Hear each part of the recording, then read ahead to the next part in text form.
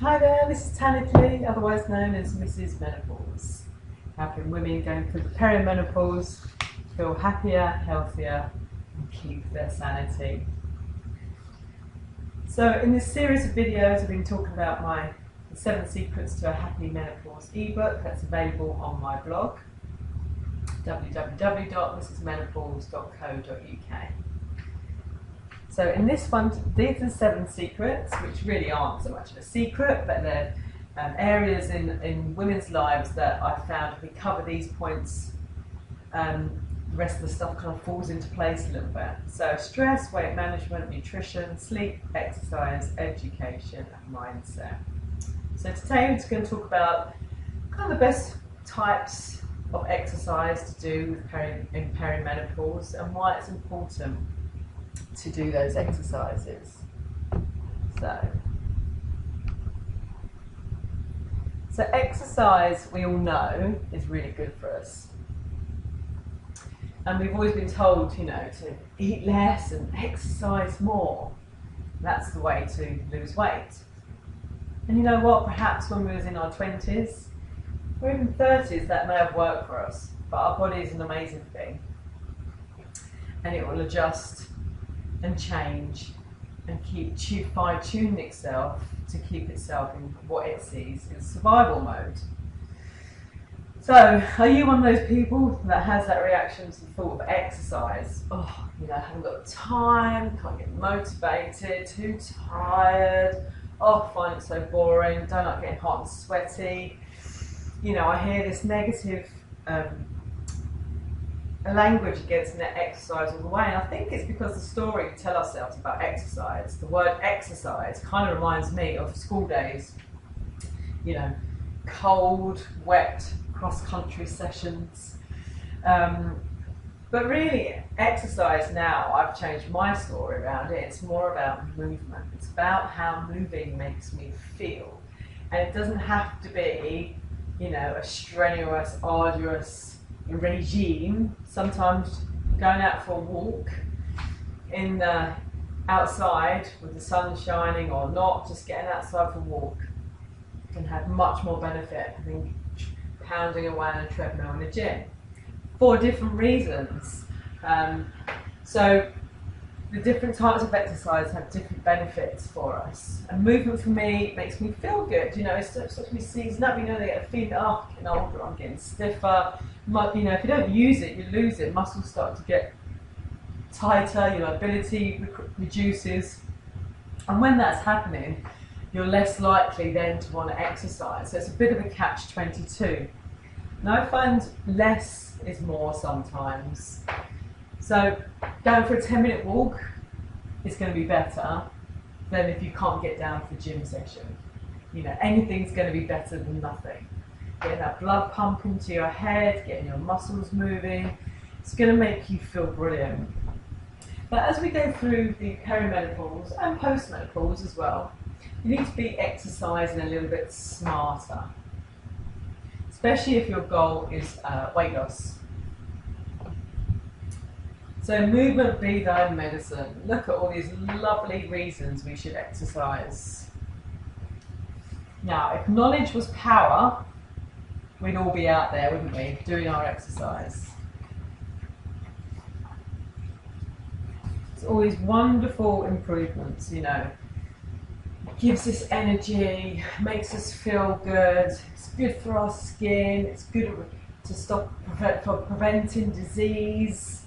It's a great stress buster, you know, it helps us maintain our ideal body weight. Oh, lots and lots, you know, all the benefits aren't there, for sure. But I believe as human beings we are actually designed to move, and we tend to move less as we age, you know, perhaps we're not running around with the kids so much and not doing this and not doing that, and I am generalising. I know a lot of women are really doing a lot more exercise now they have more time. After the age of 40, women lose about 225 grams of muscle per year, which doesn't sound that much, but cumulatively that can add up to quite a lot, and it will lower your metabolism and it can cause us to lay down an extra layer of fat. Inactive women also lose muscle mass twice as fast as men. You sometimes see old women kind of that skinny fat kind of look, we've got more body fat, and they lost their muscle tone. So, you know, if you think about it, between the ages of 40 and 50, we can lose 5 pounds of muscle, which is a lot. That really does change your metabolism. So it's just changing our story about exercising. What can we do? You know, if I was working with, it's different for everyone. If I was working with somebody who doesn't exercise at all, can't bear it, then we'd have to work. There must be something we could find that they would enjoy. And it's just finding that thing they enjoy. So it might be walking, it might be playing a sport. I've recently tried female touch rugby for the first time. It was brilliant, running around, something totally different group of women. I'm going to try something called Rusty Rackets soon, and it's tennis, playing tennis for older girls. So that's, you know, going to be something different. Just trying different stuff, finding something we like, and just kind of getting into it. People think because I teach exercise classes, that's where I get my exercise from, and that couldn't be further from the point, you know, these days now, because I tend to more coach rather than actually take part in classes. So I am like everybody else, I need to find ways to exercise and keeping my love going for it.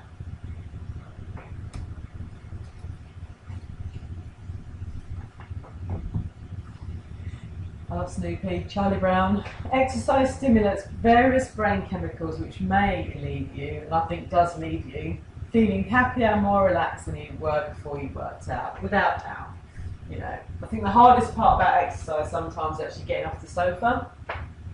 It's actually that initial get moving. So it's, you know, sometimes I play a little trick with myself. I say, okay, I fast forward it in my head and think, how am I going to feel after I've done this? I'm going to feel great, right? Or even, how am I going to feel if I don't do this? If I don't go out, I'm going to feel rubbish. And that generally gives me that little bit of oomph. And I think sometimes, okay, I'll just do 10 minutes. I'll just do 5 minutes. Because I know once I've kind of actually got up, put some kit on, got myself ready, got myself there, job done, you know. The hardest bit is actually getting there. Then I really get into it. So if you're exercising just for recreational and you know you just want to keep healthy and keep everything ticking over and keep moving, you know, just get out there, try different stuff and find something you love doing. So I'm going to get a bit more specific now. So if you're actually exercising for fat loss, so we're looking for fat loss or not weight loss. Weight loss, you know, jumping on the scales, you say, oh, I've lost 2 pounds today. That generally can be water. It's not going to be 2 pounds of fat. It doesn't quite work that way. Also, remember, we try not to lose muscle because we don't, you know, we're losing muscle anyway. We don't want to lose any more by calorie restriction and overtraining because our metabolism will slow down even more and our body will compensate for that. And this gets into almost like yo-yo dieting. So there's different types of exercise, and we kind of want to be able to do all of this stuff, ideally. So for weight loss, you know, there's been lots of research about high intensity exercise. You know, this short burst training. So short burst, a little bit of a rest, short burst, a little bit of a rest. A different exercise, full body weight exercises to get your heart rate pumping and getting that metabolic effect. Getting that metabolism fired up, and also resistance training. So that can be body weight, or it might be using equipment like you know, weights, so weights in the gym and that kind of thing. And that kind of stuff is brilliant for changing your body shape, raising your metabolism, and keeping your metabolism fired up even in the day after you've been exercising. Stress reduction is very important as well for weight loss. So things like just gentle walking, yoga, Pilates, swimming, massage, anything really slow and gentle. that kind of thing is going to be good. You need to balance that with anything that's higher intensity. Kind of this yin yang, you're trying to get that balance going. Also flexibility and working on our core strength, that's also important. That may come from places like yoga and Pilates. And overall fitness, cardiovascular fitness. You can do things like, cardio, dance, swimming, jogging, that kind of thing. Now the thing is with the cardio stuff is to not overdo it. It's very easy to do too much of it, and if you're looking for fat loss, it may not be the best thing for you in these perimenopausal years, because actually exercise is another stress in the body, and it makes your body produce cortisol. But when you're doing weight training and resistance training, you produce human growth hormone, which actually counteracts a little bit of the impact of cortisol on your body. But when you're doing long distance or long duration cardio, your typical hour aerobics and that, it causes quite a lot of stress in the body. It causes cortisol to raise, which is not the ideal situation, especially with perimenopause. So we want to kind of keep those type of classes to a minimum, but focus more on the intensity training, short duration intensity training. Things like just doing 20-second work, 20 seconds, that'd be great, wouldn't it? 20-minute workout, interval training, that's perfect. It's really easy to fit into your life. There's lots of videos, instructional videos around for that. Weight training, that can be body weight or resistance, and you can do that at home, or if you're a member of a gym, you can get to the gym and do that. And again, it's just nice, gentle, stress reducing stuff. So the high intensity interval also is very anti-aging, boosts your brain functionality, and is anti-inflammatory as well, which is really good for a lot of the heart diseases, diabetes, Alzheimer's and cancer, that kind of thing. So really good for you. So just going back to that fat loss and not weight loss, and how we tend to be a little bit obsessed with weighing ourselves every day and seeing what the scales say. I say throw away your scales, because they don't really give you a true picture of what's going on. What gives you a true picture of what's going on is your hunger, energy and cravings, and how your clothes feel. Now, all these women in this picture all weigh 165 pounds. I don't even know what that is in stones or kilograms, but anyway, the point is they all weigh exactly the same. And look at the different shapes and sizes of them all distribute their fat in different areas. You can see how different that really looks. And that's just by going by their weight. And what can happen is when you start doing exercise like the weight training and interval training, you may actually gain weight on the scales but drop a dress size. So why is that? This is why. So this is 5 pounds of fat and 5 pounds of muscle. Look at the difference in size. Look how much less space the muscle takes up. So you can see if you're training, you're gaining muscle, you're losing fat. You can see how you could even stay the same weight but change your shape. So it's all about changing your shape. So take measurements, measure your waist, your hips, your bust if you want a way of tracking your progress if you are on a weight loss journey, rather than using the scales, which can be very deceptive and also can be quite deceptive psychologically as well. So in a week, ideally this is the kind of thing you're looking at doing. Now this may seem too much for you. If you're a beginner, this is going to be too much. So if you're a beginner, I would start super slow. Just start in a day or two, getting out there and getting moving. If you're a beginner or somebody that's starting a new regime, this may be too much in one go. So I would break this down and just take it nice and gently. Otherwise, your brain might go into a bit of overwhelm. So we're looking at trying daily to get out walking and moving and doing lots of relaxing stuff every day. So it might be, you get out for a walk, or if you're going to work, if you can incorporate a little walk in your lunchtime, and also during your day do some deep breathing exercises. So nice and gentle, really de-stress it. And then 1 to 2 times a week you could do the higher intensity intervals. Ideally you're looking at less than 30 minutes, so like 20-minute interval. You could even, if you're starting out, just start with 5 minutes.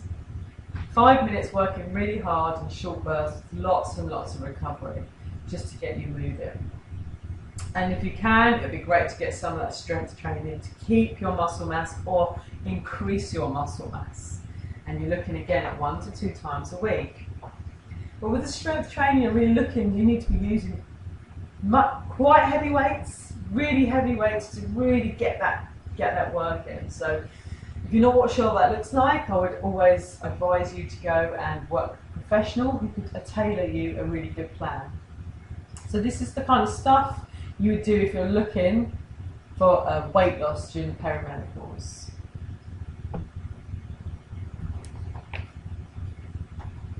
So I hope that's given you a little bit of an insight to the benefits of exercise and a bit of an idea of what you can, what you need to include to get your results.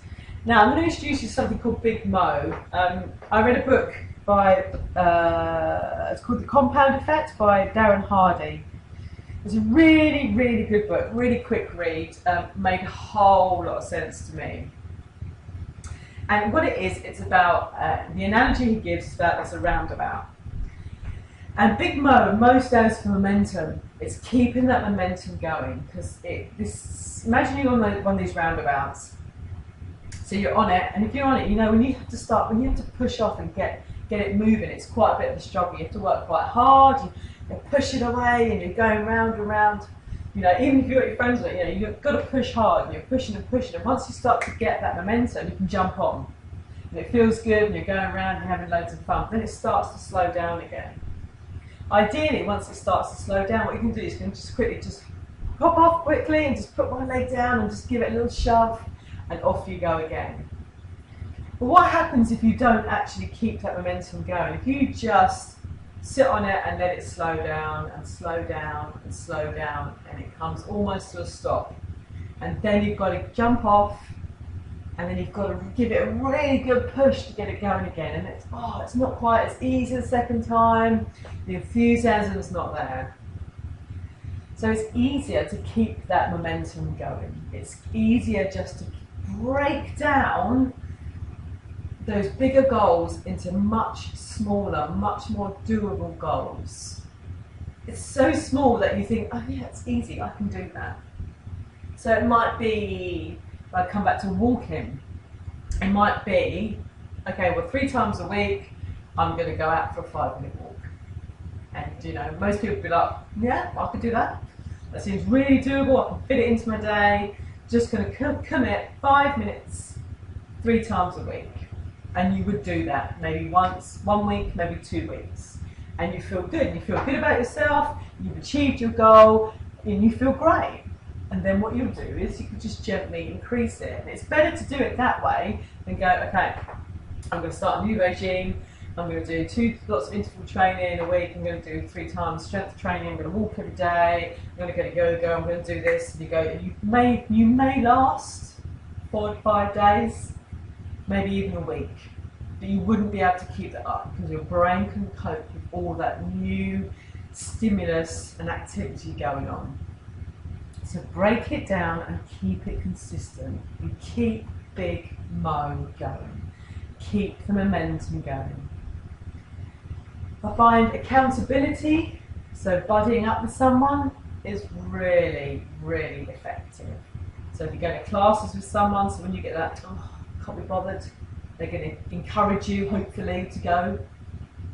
And if you're accountable to someone, if you're checking in and you've agreed you're going to do something, it makes it less likely that you'll bail out and won't want to keep the commitment. So use other people, do things together, keep Big Mo in your mind and keep it consistent. Diarise things, do anything that makes you accountable and any other tools you can use that will keep you on that path. So good luck with that. I hope that's inspired you to do something. Do let me know how you're getting on, or if you've got any other questions. www.mrsmenopause.co.uk. Have a great day.